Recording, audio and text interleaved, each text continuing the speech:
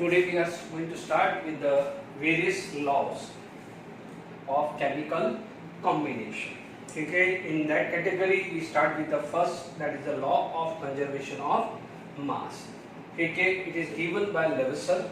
Okay, you need not to remember the name of this, but just note down this thing. Lavoisier.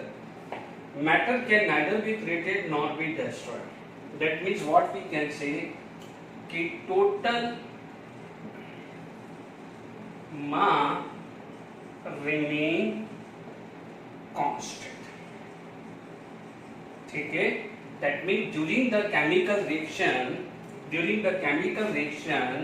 mass of product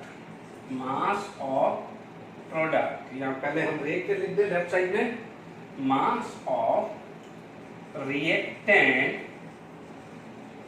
should be equal to mass of product.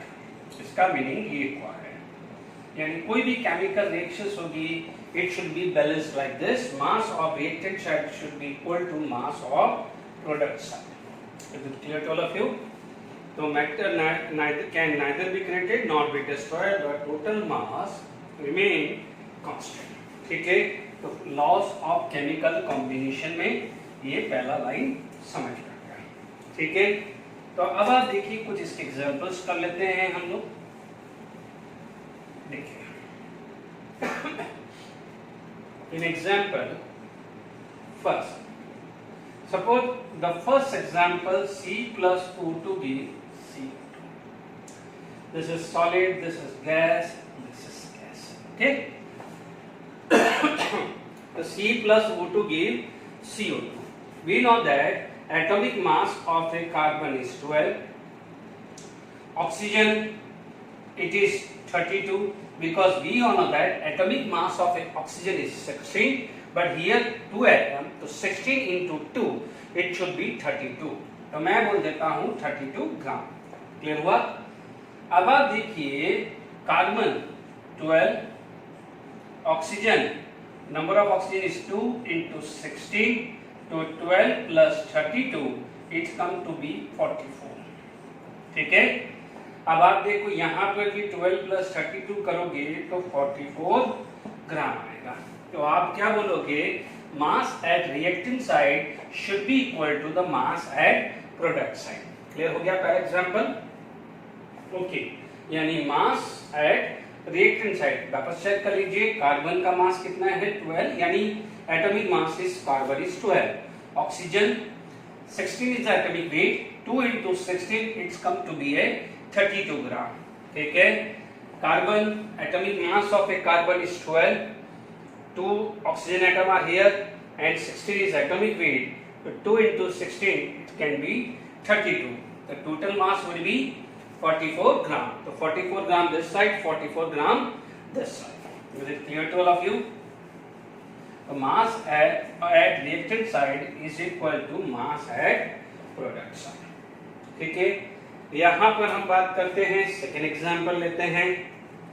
Okay, like N2 gas plus 3H2 gas give 2NH3 gas.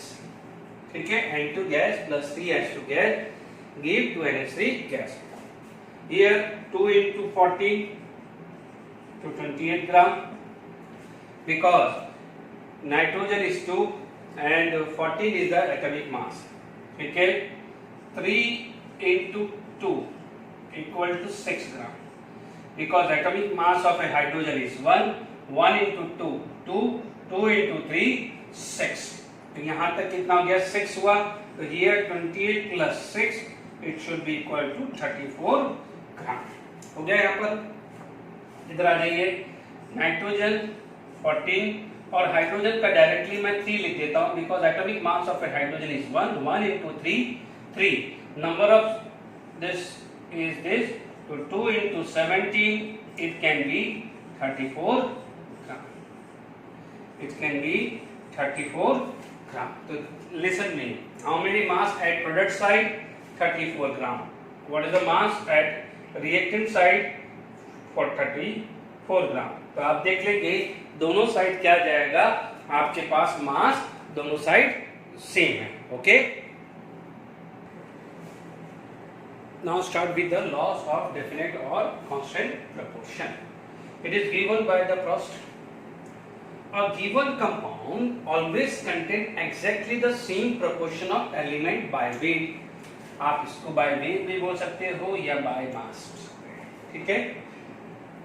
A given compound always contain exactly the same proportion of element by weight या we can say by mass. ठीक है. A simple example है. यहाँ तक clear हो गया ये चीज? ठीक है. A given compound. मैं एक example देता हूँ. ठीक है. यहाँ we know that CaCO3 on decomposition can give this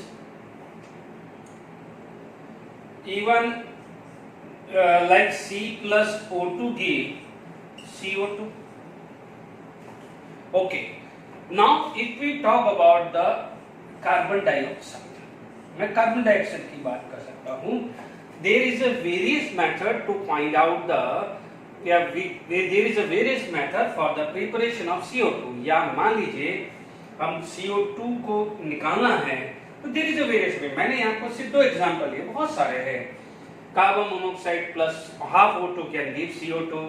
Magnesium carbonate on decomposition can give CO2. There are the various way to find out the CO2.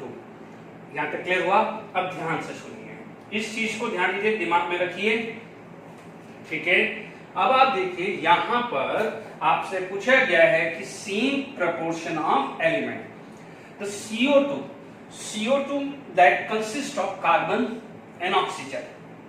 Carbon and oxygen. तो मैं यहां पर बात करूं कार्बन और ऑक्सीजन की बात करता हूं तो सबसे पहले जैसे यहां पर एक आ गया बात CO2. तो आप बोलोगे 12 gram carbon plus 32 gram oxygen can produce 44. तो 12 plus 32 44, 12 plus 32 44 हुआ. अब मैंने CO2 यहां से ऑब्टेन किया या CO2 यहां से ऑब्टेन किया या कोई और मेथड है जहां से मैंने CO2 ऑब्टेन किया है, बट हर जगह मैं कंपेयर करता हूं तो in the formula of CO2 यानी आप देखिए अ गिवन कंपाउंड. तो हमारा एग्जांपल कौन सा है? Compound is CO2. Always contain exactly the same proportion of element. The CO2 is compound. Element कौन-कौन है? Carbon and oxygen. Carbon and oxygen. तो आप बोलोगे what is the percentage of carbon? 12 by 44. What is the percentage of oxygen? So we can say 32 by 44. यानी mass of carbon divided by total mass of compound. Mass of oxygen divided by total mass of A compound. बच्चे लोग please confuse मत होना. 12 gram is atomic mass of carbon is 12. Oxygen the atomic mass of oxygen is 16 but here oxygen atom is 2. So that's why 16 into 2 I write here 32. So 12 plus 32 44 यानी molar mass of A CO2 is 44. So out of 44 contribution made by carbon is 12. That's why we can say percentage of carbon is 12 by 44. Regarding 32 by 44 for the oxygen. ठीक है. अब आप देखिए CO2 ये हो या ये हो, परसेंटेज ऑफ कार्बन यही रहने वाला है और परसेंटेज ऑफ ऑक्सीजन यही रहने वाला, या और कोई भी मेथड होगा उसमें ये फॉर्मूला आएगा. तो दिस इज क्लियर कि ये एग्जांपल आपका 1 आया जिसमें मैंने CO2 का अमाउंट फाइंड आउट किया है. This is clear to all. तो आपको ये क्लियर हो गया है कि a given compound always contain exactly the same proportion of element by mass. ठीक है. बट यहाँ पर इससे कोई लेना देना नहीं है कि which method is applied to obtain that particular compound. Here the compound is CO2, element are carbon and oxygen. If we check out the percentage of carbon and oxygen, तो ये क्या हो जाएगा? सेम ही रहेगा. ये क्लियर हुआ? चलिए अब आप देखिए यहाँ पर डेफिनेटली लॉ बना है तो there would be the certain limitation also. यहाँ पर मैं बात करता हूँ लिमिटेशन ऑफ दिस, यानी लॉ ऑफ कांस्टेंट प्रोपोर्शन या law of definite proportion. Constant proportion definite proportion एक ही मीनिंग है. CO2 12/44 for carbon and 32/44 for the oxygen. ठीक है, भले वो आप CaCO3 को डिकम्पोज करके निकाल रहे हो या आप C plus O2 की CO2 करके निकाल रहे हो, दोनों केस में percentage of carbon and oxygen same ही आने वाला है. ठीक है, यहाँ पर आपके पास पहला जो आता है, जो बेसिक्स आता है, not good for isotopes. It is not good for isotopes. या आप बोलोगे आइसोटोप जहां है वहां फॉलो नहीं होगा. मान लीजिए यहां पर एग्जाम्पल आया कि H2 plus O2 give H2. ठीक है, H2 plus O2 can also give H2O. अच्छा, मान लीजिए मैंने यहाँ O16 ले लिया, O18 ले लिया. We know that oxygen have a 3 isotope, O16, O17 और O18 ले लिया.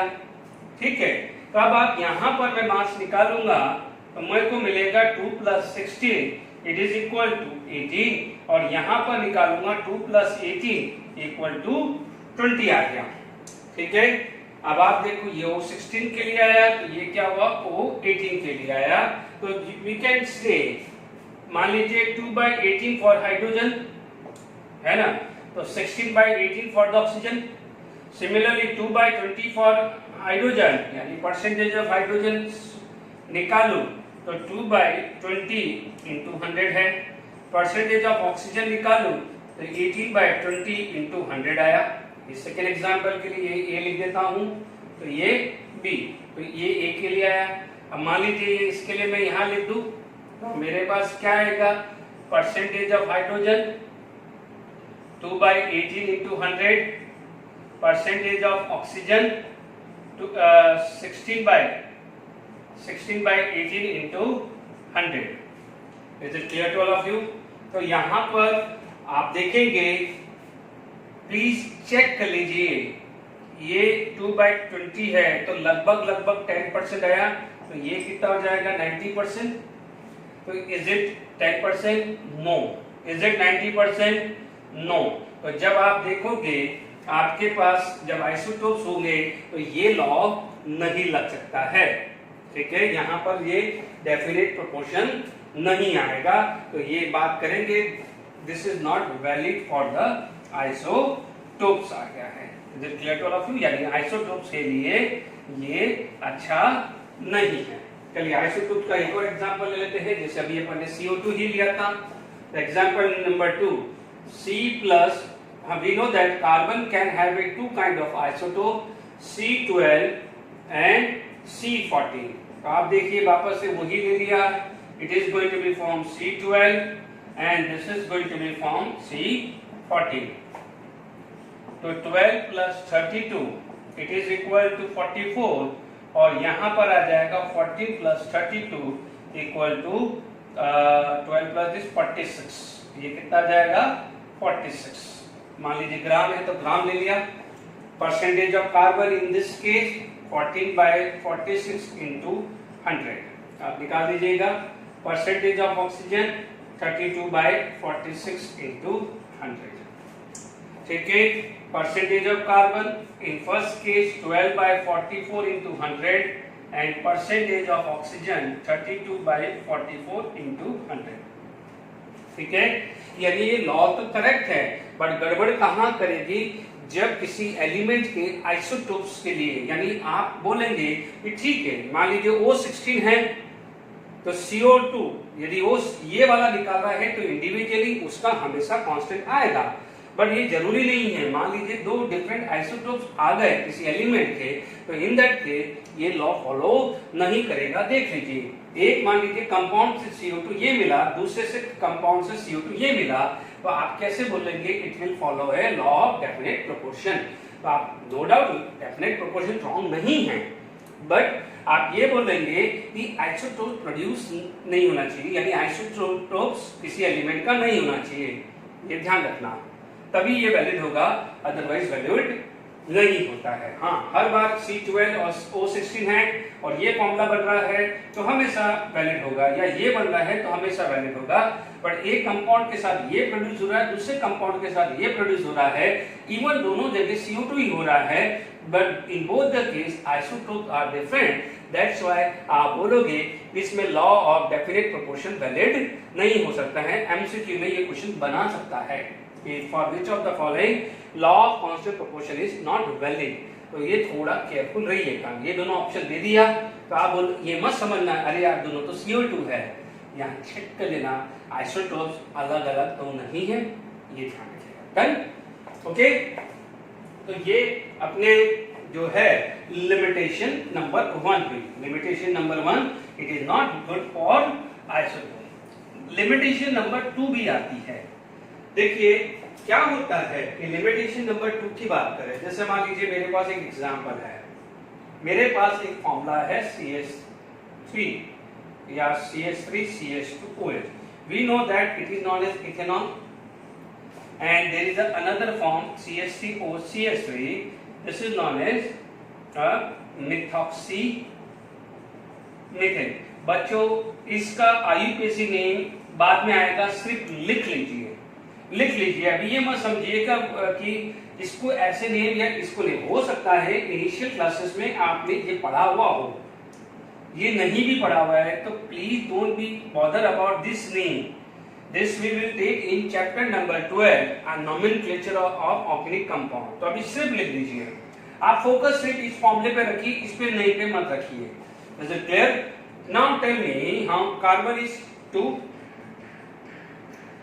हाइड्रोजन इज 6, या मैं इंडिविजुअली बात कर लूं यहाँ पर बार जो भी है, कार्बन हाइड्रोजन ऑक्सीजन का रेशियो ले लेते हैं। Carbon is 24, 12 into 2 24, hydrogen 3 plus 2 5, 5 plus 1 6, and atomic weight of a hydrogen is 1। आप इधर लिख दीजिए atomic mass of carbon 12, hydrogen 1, oxygen 16, ये लिख दीजिए। तो आप बोलोगे how many carbon are there, तो 2 तो 12 into 2 24, 6 हाइड्रोजन आर देयर तो 6, ऑक्सीजन इज 1 तो 16। आप इधर आ जाइए, हाउ मेनी कार्बन, 2 कार्बन तो 24, 3 and 3 6, एंड ऑक्सीजन 16।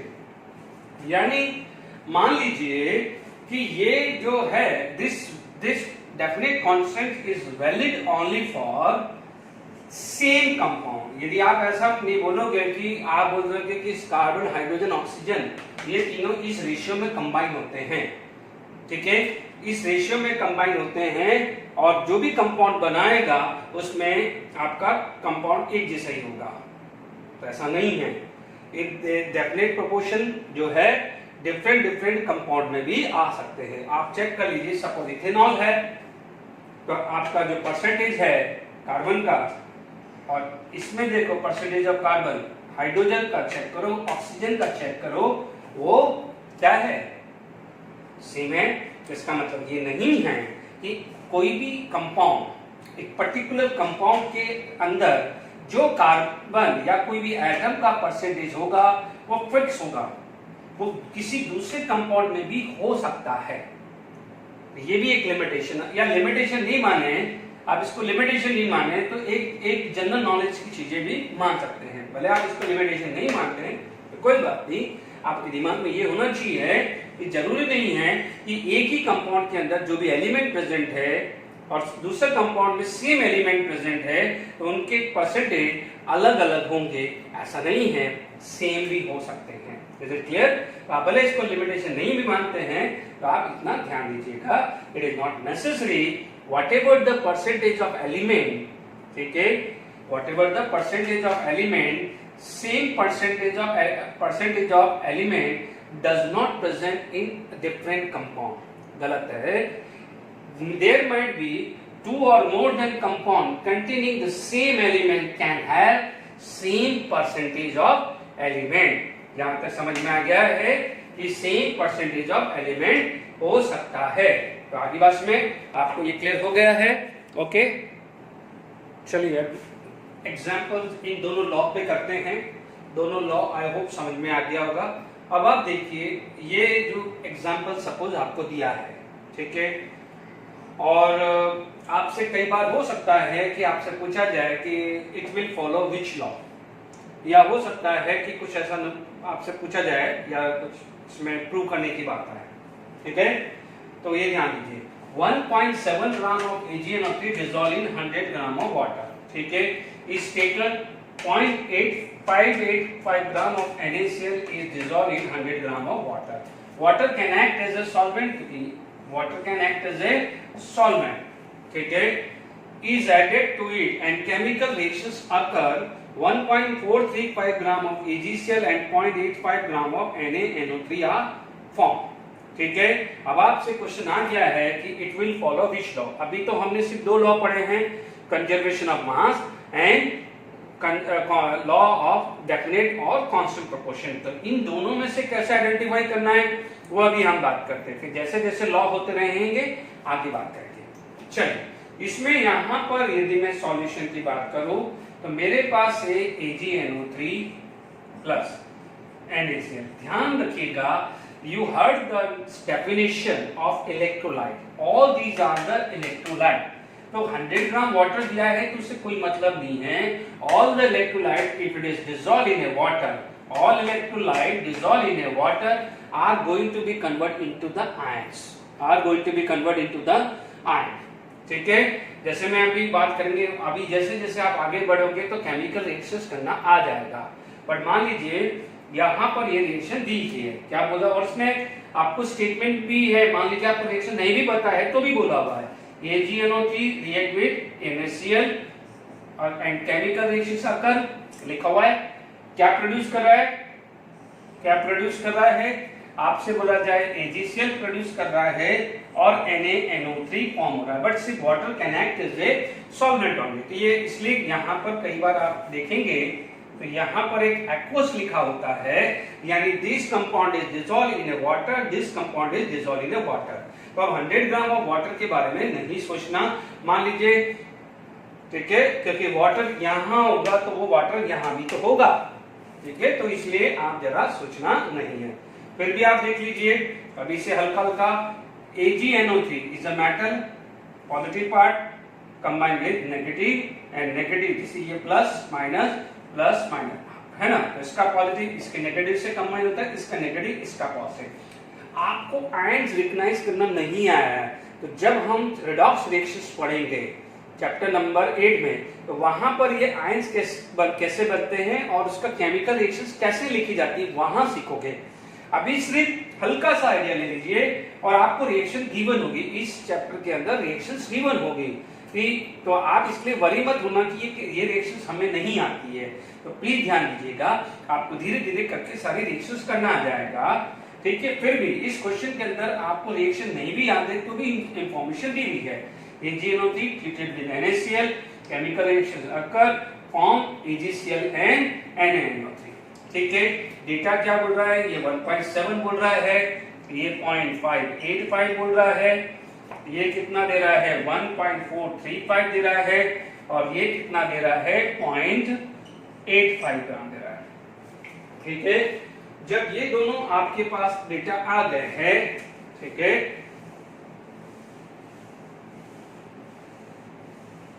ठीक है, अब आप देखिए total mass reactant side, total mass reactant side क्या हुआ है 1.7 प्लस 0.585, तो व्हाट वी कैन से, यहां पर आ जाएगा 85, 7 और 5 12, 1 तो 2.285 ग्राम, आई थिंक ये होगा, फिर भी आप एक बार कैलकुलेट कर लीजिएगा। इस साइड प्रोडक्ट साइड 1.435 प्लस 0.85 तो कितना हुआ, ये 5, 3 और 5 8, 8 और 4 12 एंड 1 तो 2.85। तो ध्यान दीजिए mass at reactant side is equal to the mass at product side, ठीक है। दोनों साइड क्या हो जाएगा, मास आपका क्या हो गया है, सेम है। ये सिंपल लॉ होता है और ध्यान रखना है कंजर्वेशन ऑफ मास डिपेंड करता है ठीक है, फिर जो भी है प्रैक्टिस के में आपको क्वेश्चंस हम देंगे, तो प्रैक्टिस पेज पे क्वेश्चन आप कर लीजिएगा। देखिए यहाँ पर अब नेक्स्ट एग्जांपल पढ़ते हैं कि what mass of NaCl would be decomposed by 9.8 gram of H2SO4 if 12 gram of NaHSO4 and 2.75 gram of HCl were produce.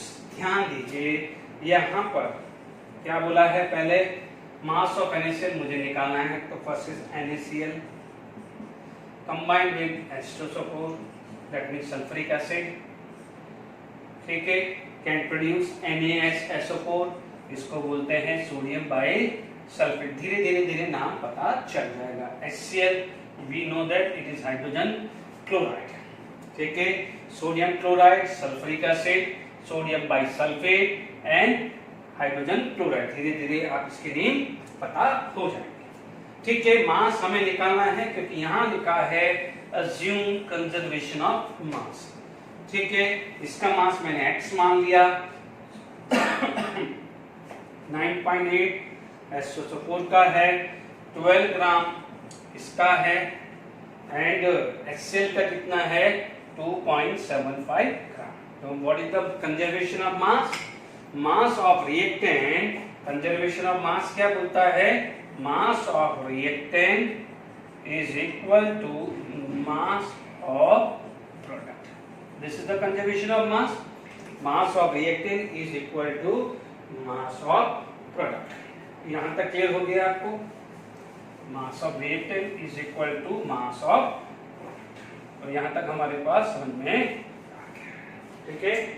अब देखिए यहां पर क्या हो गया है, x plus 9.8 should be equal to 12 plus 2.75। बिल्कुल इजी है न्यूमेरिकल्स, ठीक है। आपसे जो भी एमसीक्यू में क्वेश्चन बनता है या न्यूमेरिकली ऐसे बनेंगे, ठीक है। आपको बोला जाएगा कि विच लॉ फॉलो, तो आप देखेंगे कि कंजर्वेशन ऑफ मास फॉलो करता है या नहीं करता है। आप देखेंगे x प्लस 9.8 यहाँ पर आ जाएगा 14.75, तो x की वैल्यू आ जाएगी 14.75 माइनस 9.8 आ जाएगी। Clear to all of you? तो 14.75 माइनस 9.8 आ गया, ठीक है। यहाँ पर आप चेक कर लीजिएगा लगभग कितना आ जाएगा, यहाँ पर आ गया है ये 5, ये 9 और लगभग 4.95। चेक कर लीजिएगा, चेक कर लीजिएगा कि ये आंसर बराबर है, ठीक है। तो 4.95 ग्राम ऑफ NaCl, ठीक है, यानी 4.95 ग्राम NaCl है। अब हम कुछ question law of constant proportion पे करते हैं। ओके, अब हम नेक्स्ट एग्जांपल करते हैं। In an experiment, 2.4 gram of FeO on reaction with H2 yields 1.68 gram of Fe. In another experiment, 2.9 gram of Fe give 2.03 gram of Fe on reaction with H2. पहले data note कर लेते हैं, बहुत छोटा है, but try to understand. ठीक है, in an experiment, 2.4 gram of FeO, यानी FeO plus H2 can give Fe, ठीक है। अभी हम बैलेंस कुछ नहीं कर रहे हैं, अपन इतना समझ सकते हैं। इसका मास आपको कितना दिया है 2.4 ग्राम और इसका मास आपको कितना दिया है 1.68 ग्राम, ठीक है। यहाँ पर भी FeO plus H2 will give Fe। तो यहाँ पर भी मास क्या है 2.9 दिया है एंड यहाँ पर 2.03, ठीक है। अभी हमने कोई बैलेंस इक्वेशन नहीं लिखा है, ठीक है, जरूरत नहीं है ना। ये रिएक्शंस बोलना चाह रहा है, आप चीजों को समझिए। Whatever iron present in FeO, whatever the iron present in FeO gate convert into Fe, क्योंकि आपको पता है कि next product would be water, next product would be water. इसका मतलब जितना आयरन इस कंपाउंड में प्रेजेंट था वो आयरन हमें यहाँ मिल गया है। जितना आयरन इस कंपाउंड में प्रेजेंट था, whatever the iron present in that compound we got here, आई बस में प्लीज इस चीज को ध्यान दीजिएगा, ठीक है। अब मैं इस सेक्शन को रब कर रहा हूं। तो आप सबसे पहले आपके पास दो एक्सपेरिमेंट है। द फर्स्ट एक्सपेरिमेंट में आपके पास डेटा ऑफ FeO मिला है, ठीक है। अब देखिए ये आपका क्या हो गया है, ये एक्सपेरिमेंट 1 हो गया है और ये आपका क्या हो गया है, एक्सपेरिमेंट 2 आ गया है। Clear to all of you, experiment 1 and experiment 2। तो आप क्या बोलोगे, एक्सपेरिमेंट 1 में weight of Fe, weight of Fe कितना है 1.63, वेट ऑफ ऑक्सीजन, ढंग से समझना। This is the total weight, 2.4 is the weight of this plus this, iron plus oxygen का है, आयरन का वेट आ गया है, तो दिस माइनस दिस 2.4 माइनस 1.68, क्या वेट ऑफ ऑक्सीजन नहीं होगा, क्या वेट बोल दो या मास ऑफ ऑक्सीजन नहीं होगा, यस होगा। Clear to all of you. तो यहाँ पर आपके पास क्या आ गया है, 2.4 माइनस 1.68 आ जाता है, ठीक है। तो अपने पास ये वाला डेटा तो अपने लिख लिया है, तो 2.4 माइनस 1.68, ठीक है, 0 तो ये 2, 13, 6, 7 एंड 0, तो ये आ गया है। Okay, experiment number 2, experiment number 2, यहाँ पर आपका क्या हुआ, वेट ऑफ Fe 2.03 आया एंड यहाँ पर वेट ऑफ ऑक्सीजन की बात करूं, क्योंकि कंपाउंड आपका FeO है, ध्यान दीजिए, लॉ ऑफ कांस्टेंट प्रोपोर्शन में बोलते हैं in a given compound the percentage of element remain fix, percentage of element remain fix या कांस्टेंट बोले हैं। तो यहाँ पर कितना है 2.9 माइनस 2.03, तो यहाँ पर 2.9 माइनस 2.03 आया, तो आपके पास ये जो वैल्यू आएगी 2.9 माइनस जी, तो आप देखेंगे यहाँ पर 7, ये आ जाएगा 7, ठीक है, नहीं 8 आएगा यहाँ पर और 0 आएगा, ठीक है। यहाँ तक क्लियर हो गया। अब आप देखो आपके पास रेशियो निकालना है यहाँ पर इसका Fe ऑक्सीजन का, तो Fe ऑक्सीजन का कितना है 1.68 एंड 0.72, 1.68 एंड 0.72, इसको मैं 1 मान लूं, इसको मैं 1 मान लूं, तो ये 1.68 अपॉन 0.72 आएगा, ठीक है। तो ये कितना आ जाएगा 0.72, तो 72 यानी 144, तो लगभग 2.3 आएगा, पूरा टोटल कर दीजिए, मैंने 2.3 के अंदाजन आया है, 2.33 हो सकता है क्योंकि 0.72 दिस। अब आप देखिए यहाँ पर आप बात करें एक्सपेरिमेंट 2 में ratio of Fe and oxygen, Fe कितना है 2.03 और ये कितना है 0.87 या 1, 2.03 अपॉन 0.87, ध्यान दीजिएगा, ठीक है। अब आप देखिए ये कितना आया है 8.22, तो ये भी लगभग यही आने वाला है 2.33 रेशियो 1। आप चेक कर लीजिए कैलकुलेटर से 2.03 डिवाइडेड बाय 0.87 करिएगा, क्योंकि क्या होता है जब भी रेशियो निकाला है तो आप चाहो तो इसको 1 करो तो दिस डिवाइडेड बाय दिस होगा, बट आपको पता है दिस इज लेस वैल्यू, तो ट्राई करो कि जो लेस वैल्यू है उसको दोनों साइड डिवाइड करना है, यानी 0.87 को यहाँ भी डिवाइड किया तो 0.87 को डिवाइड किया, तभी 0.87 डिवाइडेड बाय 0.87 तभी तो 1 लिख पाएंगे, 2.03 दिस, तो यहाँ पर भी 0.72 डिवाइडेड बाय 0.72, तो 0.72 यहाँ और 0.72 यहाँ डिवाइड करेंगे, इज इट क्लियर। तो यहाँ पर आपके पास जब ये सारी चीजें आई है तो यहाँ पर आपका लॉ कांस्टेंट प्रोपोर्शन आ रहा है, क्योंकि यहाँ पर जो रेशियो FeO का है फर्स्ट एक्सपेरिमेंट में, वही सेकंड एक्सपेरिमेंट में भी रेशियो है। प्लीज एक बार चेक कर लीजिए कैलकुलेशन, मैंने मेरे हिसाब से एक आइडिया रफ अप्रोक्सीमेट लगभग ले लिया है। ओके, तो इसका मतलब लॉ ऑफ कांस्टेंट प्रोपोर्शन आपको लग गया है न्यूमेरिकली। आप डोंट वरी, मैं आपको लास्ट में ट्रिक भी बता दूंगा, अभी आप इसमें फोकस करिए कि न्यूमेरिकली कैसे कर रहे हैं, फिर मैं आपको ट्रिक बता दूंगा एमसीक्यू ट्रिक कि भाई कांस्टेंट प्रोपोर्शन, क्योंकि पहले लॉ सारे होने दीजिए, लास्ट में मैं ट्रिक बता दूंगा। अभी आप फोकस सिर्फ न्यूमेरिकली करिए। तो आप देख लेंगे यहाँ पर अपन जो भी है वापस से सुन लीजिए। In a compound the percentage of element remain constant whether this compound is obtained from any of the method. Is it clear to all of you? यहाँ तक क्लियर हुआ कि नहीं हुआ? ओके, तो अब नेक्स्ट एग्जांपल एक और कर लेते हैं। चलिए, अब हमने ये नेक्स्ट क्वेश्चन देखा है। 1.4 gram of calcium oxide is obtained by limestone, यानी calcium carbonate was found to be contain 0.4 gram of oxygen. Another sample of 3.5 gram of calcium oxide obtained by direct combination of Ca and oxygen was found to contain 2.5 gram of calcium, so that it follow law of constant proportion। MCQ में क्या हो जाएगा, ये चीज line हट जाएगी, पूछेगा कि it will follow which law, जैसा भी इससे पहले वाले बात की थी। ठीक है, अभी हमारे पास ये सारे के सारे क्या है, एक डेटा हमें ध्यान देना पड़ेगा। ठीक है,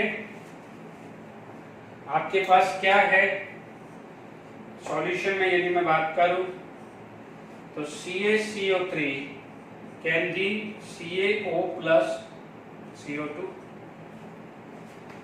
ठीक है, या फिर आपको क्या जाएगा, calcium plus half O2 can be calcium oxide. ये रिएक्शंस है।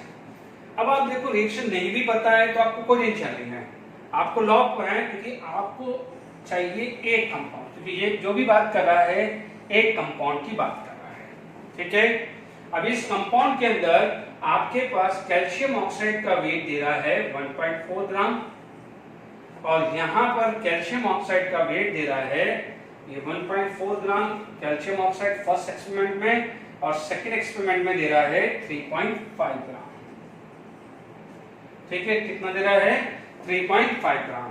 अब आप देखो इसके अंदर मास ऑफ ऑक्सीजन वो दे रहा है 0.4। कितना दे रहा है, 0.4। यहां दे रहा है मास ऑफ ऑक्सीजन दे रहा है, कितना दे रहा है, मास ऑफ ऑक्सीजन कहां गया, नहीं इसने मास ऑफ ऑक्सीजन नहीं दिया है, इसमें कैल्शियम का दिया है, तो अपन ऑक्सीजन का निकालेंगे, डोंट वरी, है ना। देख लीजिए, मास ऑफ ऑक्सीजन यहां दिया है 0.4, जबकि यहां दिया है मास ऑफ कैल्शियम, कोई दिक्कत नहीं है ना। अब इसी वक्त उनको डेटा लिखना है, इसको एक बार लिख लेते हैं। मास ऑफ कैल्शियम आपको कितना मिला है, 2.5 ग्राम। ठीक है, ये चीज क्लियर हो गई। ये डेटा अपन ने नोट कर लिया, क्योंकि अपन को जगह चाहिए।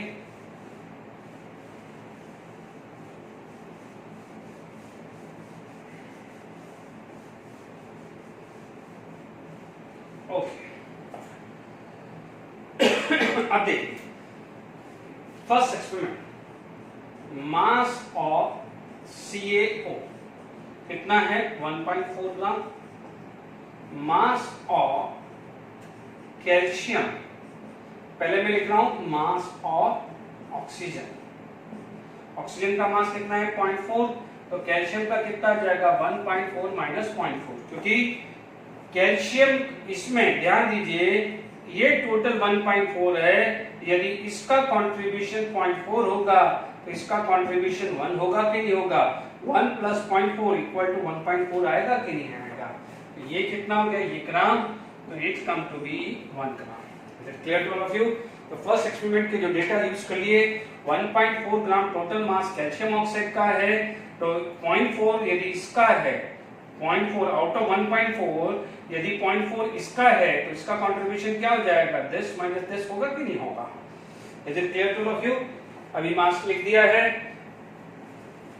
ठीक है। इसके बाद यदि मैं बात करूं,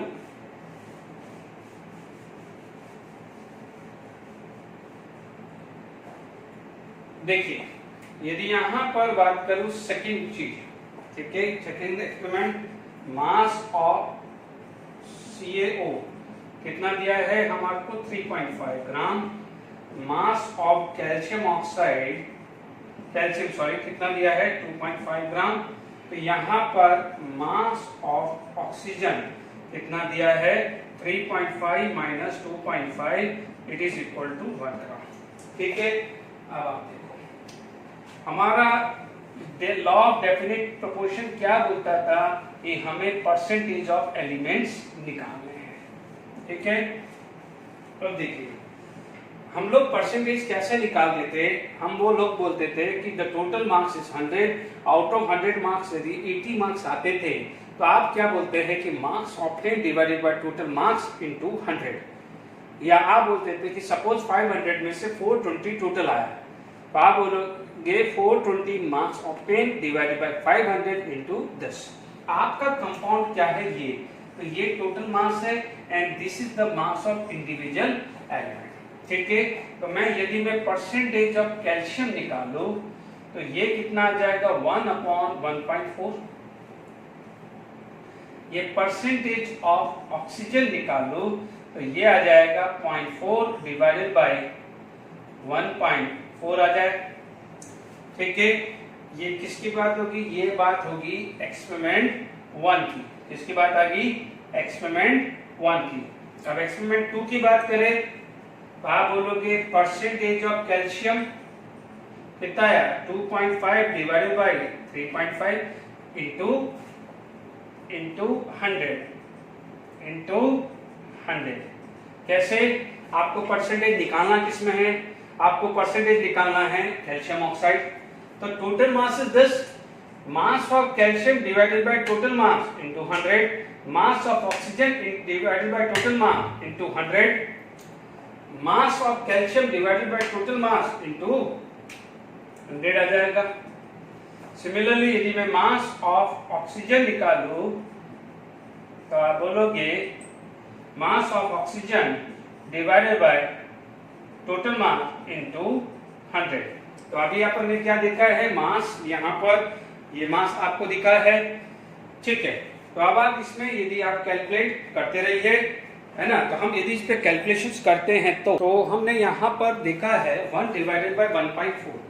तो आप देखेंगे 1 डिवाइडेड बाय 1.4 इनटू 100 यदि हम निकालेंगे तो लगभग ये आ जाता है 71.4%। यहाँ पर भी आप देखेंगे 2.5 डिवाइडेड बाय 3.5 इनटू 100 तो आपका ये भी कुछ आ जाता है 71.4%। तो बट ऑब्वियस से ये 71 है तो दिस माइनस दिस, यदि आप फिर भी आप चेक कर लेते हैं 0.4 डिवाइडेड बाय 1.4 आपका जो परसेंटेज लगभग ये आ जाता है 28.6%। तो ये भी कितना आ जाएगा 28.6%। हो सकता है 28.57 है, मैंने अप्रोक्सीमेट ले लिया है। Is it clear to all of you? तो अब आप देखिए what is the percentage of calcium in first sample 71.4% approximate है। In second sample कैल्शियम का परसेंटेज कितना है 71.4%, ऑक्सीजन का कितना है आपका 28.6%। तो element have same percentage in given compound, it follow law of definite और कांस्टेंट प्रोपोर्शन। तो आई होप ये सारी दोनों आपका क्लियर हो गया होगा। Okay, that's thank you for today lecture.